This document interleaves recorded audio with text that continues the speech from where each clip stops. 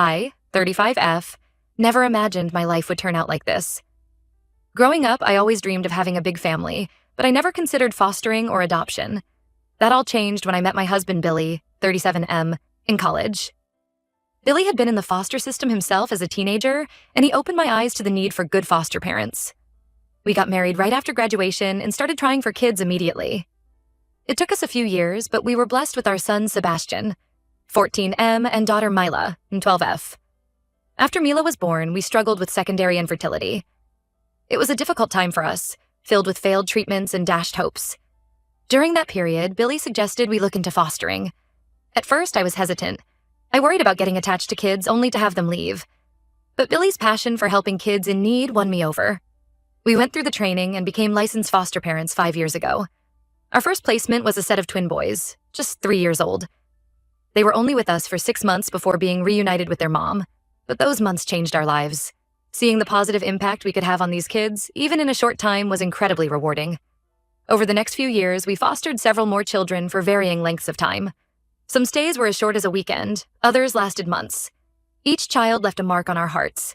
Sebastian and Mila were amazing through it all, welcoming each child with open arms. Then, about a year ago, we got a call about Annie, 16F. The social worker warned us that Annie was considered a problem child and had been through multiple placements. She had a history of running away and acting out. Many foster families had given up on her. Something about Annie's story tugged at my heart. I couldn't bear the thought of this girl being shuffled around the system with no one to truly care for her. Against the social worker's caution, we agreed to take Annie in. I'll never forget the day Annie arrived. She walked into our house with a scowl on her face, clutching a trash bag that held all her belongings. She wouldn't make eye contact or speak more than one-word answers. The social worker had warned us about Annie's anger issues, but all I saw was a scared, hurt child. The first few months with Annie were incredibly challenging. She would have explosive outbursts, screaming at us and breaking things. She'd lock herself in her room for days, refusing to come out even for meals. We'd leave trays of food outside her door, most of which went untouched. Sebastian and Milo were struggling too. Annie's behavior was disruptive to the whole household. There were times when Billy and I questioned if we were in over our heads. But every time we considered asking for Annie to be moved, I'd remember the look in her eyes that first day. That mix of fear and defiance that screamed, "I dare you to prove me right and give up on me too." So we persevered. We weathered the storms of Annie's anger, always trying to respond with patience and love, even when it was hard. Slowly, so slowly we almost didn't notice at first, things began to change. It started with small things. Annie would emerge from her room for family movie nights, though she'd sit apart from us. She stopped slamming doors quite so often. One day, I heard her laugh at one of Sebastian's corny jokes. The real turning point came about 6 months after Annie arrived. I was up late one night, unable to sleep. I heard a noise from the kitchen and went to investigate, finding Annie surrounded by broken glass. She had been trying to sneak a midnight snack and dropped a plate. When Annie saw me, she flinched back, clearly expecting to be yelled at or punished. Instead, I just asked if she was hurt and started cleaning up the glass.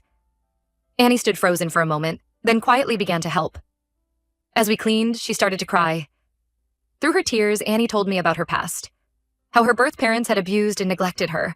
How previous foster families had treated her like a burden or a paycheck. How she had learned to push people away before they could hurt her first.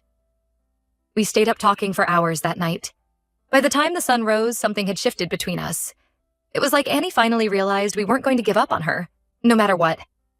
From that point on, Annie's transformation was remarkable.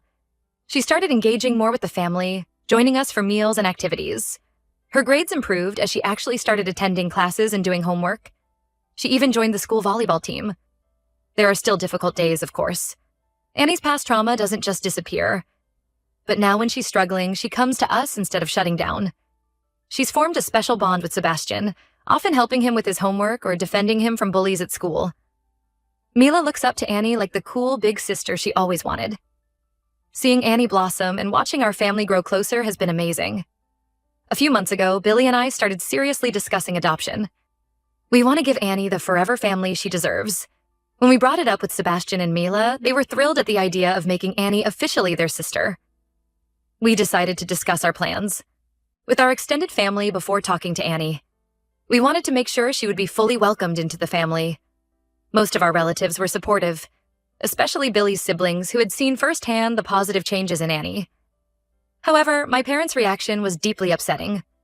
When we told them we wanted to adopt Annie, my mom, 60F, asked if we were sure about taking on damaged goods. I was shocked speechless. Annie may have had a difficult past, but she's not damaged. She's a wonderful, resilient girl who deserves a loving family. My dad, 62NM, was even worse. He ranted about how Annie would ruin the family name and asked what people would think. I couldn't believe what I was hearing. These were my parents, the people who had raised me to be compassionate and caring. How could they be so cruel about an innocent child? I've always had a somewhat strained relationship with my parents. They're very traditional and have never quite approved of our decision to foster. But this felt like a whole new level of awfulness. Billy and I shut down the conversation and left, both of us furious and heartbroken. Now I'm at a loss for what to do. We haven't told Annie about our plans to adopt her yet. We want to make it special when we do ask her. But I'm worried about how my parents will treat her if we go through with the adoption. I don't want Annie to face rejection from people who are supposed to be her grandparents. Part of me wants to cut my parents off completely to protect Annie, but I'm worried about causing drama that could impact the adoption process. I also don't want to deprive Sebastian and Mila of a relationship with their grandparents, even though my parents' behavior has been awful. I'm torn between my desire to protect Annie and my reluctance to blow up my entire family. Should I confront my parents about their cruel comments? Try to educate them about Annie's past and the realities of foster care? Or just distance ourselves and hope they come around eventually? I know Annie deserves a family that will love and support her unconditionally. Billy, the kids, and I are ready to be that family. I just wish my parents could see what a wonderful person Annie is, instead of focusing on her past. Any advice on how to handle this situation would be greatly appreciated. Update 1. It's been about a month since my last post, and a lot has happened. First, I want to thank everyone for their supportive comments and advice. It really helped me gain perspective on the situation with my parents and Annie. After much discussion with Billy, we decided to confront my parents about their comments regarding Annie. And we invited them over for dinner without the kids present. I spent days preparing what I wanted to say, trying to find the right words to make them understand. When they arrived, things were tense from the start. My mom brought a casserole, acting as if nothing was wrong. My dad barely grunted a hello. We managed to get through dinner with stilted small talk, but as soon as the plates were cleared, I knew it was time. I took a deep breath and told them plainly how hurtful and unacceptable their words about Annie had been. I explained that Annie is a part of our family now, and if they can't treat her with love and respect, they won't be welcome in our lives. My mom tried to backpedal, claiming she was just concerned about us taking on such a big responsibility. She went on about how teenagers are difficult even without trauma, and how she was worried we were in over our heads. I reminded her of all the challenges we'd already overcome with Annie, how much progress she'd made. I told her about Annie making honor roll, about her talent for art, about the way she looks out for Sebastian and Mila. I hoped that hearing about the real Annie, not just their preconceived notions, might change their minds. For a moment, I thought I saw a flicker of understanding in my mom's eyes. But then my dad spoke up, and any hope I had vanished. He doubled down on his previous statements, saying some truly vile things about Annie's background and how she would corrupt Sebastian and Mila. I've never seen Billy so angry. His own experiences in foster care made my dad's words especially hurtful. Billy told my dad in no uncertain terms that he needed to leave our house and not come back until he could treat our daughter with respect. My parents left in a huff, my mom crying and my dad red-faced with anger. After they were gone, Billy and I had a long emotional discussion. We decided that for Annie's safety and well-being, we needed to go low contact with my parents for now. We're not cutting them off completely, but we're limiting interactions and they won't be allowed unsupervised time with any of the kids. It was a difficult decision, especially knowing how it might affect Sebastian and Mila's relationship with their grandparents. But Annie has to be our priority. She's been hurt by too many adults in her life already. We won't let her be hurt by people who are supposed to love her. On a happier note, we finally asked Annie if she wanted us to adopt her. We took her out for a special dinner, just the three of us. We went to this little Italian place where we had taken her for her birthday a few months ago. Annie had mentioned it was the first time she'd ever been to a real restaurant. When the waiter brought out dessert, we had them write, "Will you be our daughter?" in chocolate sauce on the plate. When Annie saw it, she froze for a moment, her eyes wide. Then she burst into tears. For a terrifying second, I thought we had made a mistake. But then Annie launched herself across the table, hugging us both and saying, "Yes," over and over. She told us she had been hoping we'd ask, but was afraid to bring it up herself, worried that she was just a temporary part of our lives like with every other family. It was such an emotional moment for all of us. Billy and I reassured Annie that she didn't need to thank us. We're the lucky ones to have her in our lives. We told her how much we love her and how proud we are to call her our daughter. When we got home and told Sebastian and Mila that Annie had said yes, they were over the moon. They've been calling her their sister from day one, but now it's going to be official. Sebastian immediately started planning a welcome to the family officially party, while Mila asked if Annie could help her redecorate her room to be more big girl like Annie's. The next day, we had a family meeting to discuss the situation with my parents. We explained in age-appropriate terms that Grandma and Grandpa had said some unkind things, so we wouldn't be seeing them as much for a while. The kids were understandably confused and upset. Annie blamed herself at first, saying maybe it would be better if she left so we didn't have problems with my parents. It broke my heart to hear her say that. We reassured her over and over that it wasn't her fault at all, that we chose her and we'd choose her every time. Sebastian surprised us all by saying that if Grandma and Grandpa couldn't accept Annie, he didn't want to see them either. Mila agreed, saying Annie was her sister no matter what anyone said. Billy and I were so proud of their loyalty and love for their sister. We told them they could still have a relationship with their grandparents if they wanted, but they insisted they were Team Annie all the way. We're starting the official adoption process now and hope to finalize everything within the next 6 months. There's a lot of paperwork and home visits ahead, but knowing that at the end of it, Annie will legally be our daughter makes it all worthwhile. As for extended family, my sister Kate, 33F, has been incredibly supportive. When I told her what happened with our parents, she was furious on our behalf. Kate has really stepped up as a fun aunt figure for Annie. She takes all 3 kids out for cousin days and makes sure Annie feels included. There have been some bumps in the road as we navigate this new family dynamic. Annie still has days where she struggles with her past trauma, but she's opening up to us more and more. Last week, she came to me in tears after a nightmare. It broke my heart to hear some of what she's been through, but I'm glad she feels safe enough now to share with us. We're taking things one day at a time, focusing on building our family bond. The adoption process is moving forward and we're cautiously optimistic. I'll update again when we have more news. Thank you all again for your support and advice during this challenging but rewarding time. Update 2. It's been about 3 months since my last update. The adoption process is moving along, though not as quickly as we'd hoped. There's been a lot of paperwork and home visits.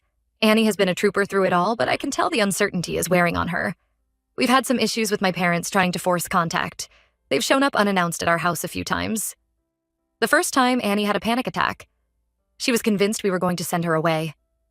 It took hours to calm her down and reassure her that she's not going anywhere. After that incident, Billy and I decided to get a restraining order against my parents. It was a hard decision, but Annie's well-being has to come first. The day we went to court for the restraining order was tough. Seeing my parents there, my mom crying and my dad glaring at us, brought up a lot of complicated emotions. But then I remembered how terrified Annie had been, and I knew we were doing the right thing. The kids were upset at first when we explained about the restraining order, especially Mila. She's always been close to my mom and had a hard time understanding why she couldn't see her grandmother. We've been trying to arrange for the kids to have phone calls with my parents, supervised by us, but it's been challenging. On a more positive note, Annie has really been thriving lately. Her grades have continued to improve and she made the honor roll this term. Her art teacher told us Annie has real talent and suggested we look into summer art programs for her. Annie was over the moon when we signed her up for a local art camp. Sebastian and Annie have gotten especially close. He's been having some trouble with bullies at school, and Annie has become fiercely protective of her little brother. Last week, she marched right up to the main bully and read him the riot act. The principal called us in, but once we explained the situation, Annie didn't get in any trouble. I was so proud of her for standing up for Sebastian. Mila has been struggling a bit with all the changes. She's always been our baby, and I think she's feeling a bit left out with all the focus on Annie lately. Billy and I have been making an effort to have special one-on-one time with each of the kids to make sure no one feels neglected. Last weekend, I took Mila for a girls' day of shopping and ice cream. It was nice to spend some quality time with her. We had a scary moment last month when Annie got really sick with pneumonia. She had to be hospitalized for a few days.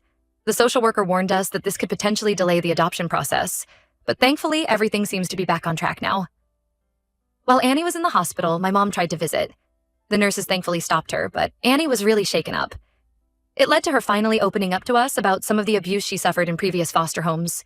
She told us about one family that would lock her in a closet for days as punishment. Another would withhold food if she didn't do her chores perfectly. It was heartbreaking to hear, but I'm glad she felt safe enough to share with us. After Annie was released from the hospital, we had a family movie night.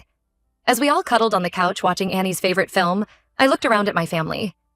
Sebastian was explaining some plot point to Mila, who was half asleep on Billy's shoulder. Annie was curled up next to me, laughing at the movie. In that moment, despite all the challenges we've faced, I felt so incredibly grateful for this life we've built. We're continuing to take things day by day. There are still challenges, but seeing how our family has come together to support each other makes it all worth it. Annie calls us mom and dad now, which never fails to make me tear up. We're hoping to have good news about finalizing the adoption soon. Update 3. I can't believe it's been 6 months since my last update. So much has happened, I hardly know where to begin. The biggest news is that Annie's adoption is finally official.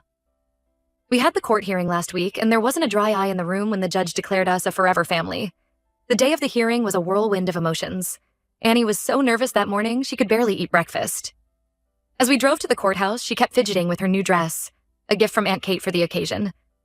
Billy held her hand the whole time we waited for our case to be called. When the judge asked Annie if she wanted to be adopted by us, her voice was shaky but clear as she said, "Yes, more than anything." I couldn't hold back my tears as the judge signed the papers and announced that Annie was officially our daughter. We all hugged right there in the courtroom, even Sebastian, who usually thinks he's too cool for public displays of affection. We threw a big party to celebrate. All our friends and supportive family members came. Our house was packed with people who wanted to congratulate Annie and welcome her to the family. Annie was beaming the whole time, going from person to person thanking them for coming. She gave a little speech thanking us for giving her a home and a family. I don't think I've ever been so proud. The party wasn't without drama, though. My parents tried to crash despite the restraining order. Billy's brother Mike, 40M, saw them coming and managed to head them off before they could cause a scene. We're so grateful for how protective our family has been of Annie. Sebastian and Mila have really stepped up as big brother and little sister. They've been so patient on the days when Annie struggles. Last month, Annie had a major meltdown on the anniversary of a traumatic event from her past. Sebastian and Mila just sat with her, not saying anything, just being there. It meant the world to her. We've had some growing pains as we adjust to being a family of 5. Annie is still working through some of her past trauma. She has nightmares sometimes and struggles with trusting that we won't abandon her. But she's making progress every day. Annie's art has really taken off. Her paintings were featured in a local student art show, and one even sold. She was so excited to earn her own money from something she created. We're looking into more advanced art classes for her. Sebastian had his first school dance last week. Annie helped him pick out an outfit and gave him advice on talking to his crush. It was so sweet to see them bonding over typical teenage stuff. Mila has discovered a passion for soccer. Annie and Sebastian have been great about attending her games and cheering her on. Seeing all 3 kids support each other in their various activities has been amazing. We still haven't heard from my parents since the failed attempt to crash the adoption party. It's been hard, especially around holidays, but we're focusing on the family we've chosen. Billy's siblings and my sister Kate have been wonderful, making sure the kids don't feel like they're missing out on extended family. There are still challenges ahead, I'm sure. But watching Annie blossom into a confident, happy teenager has been the most rewarding experience of my life. Billy and I are tired but happier than ever. We're so grateful that we took a chance on fostering and ended up with such an amazing addition to our family.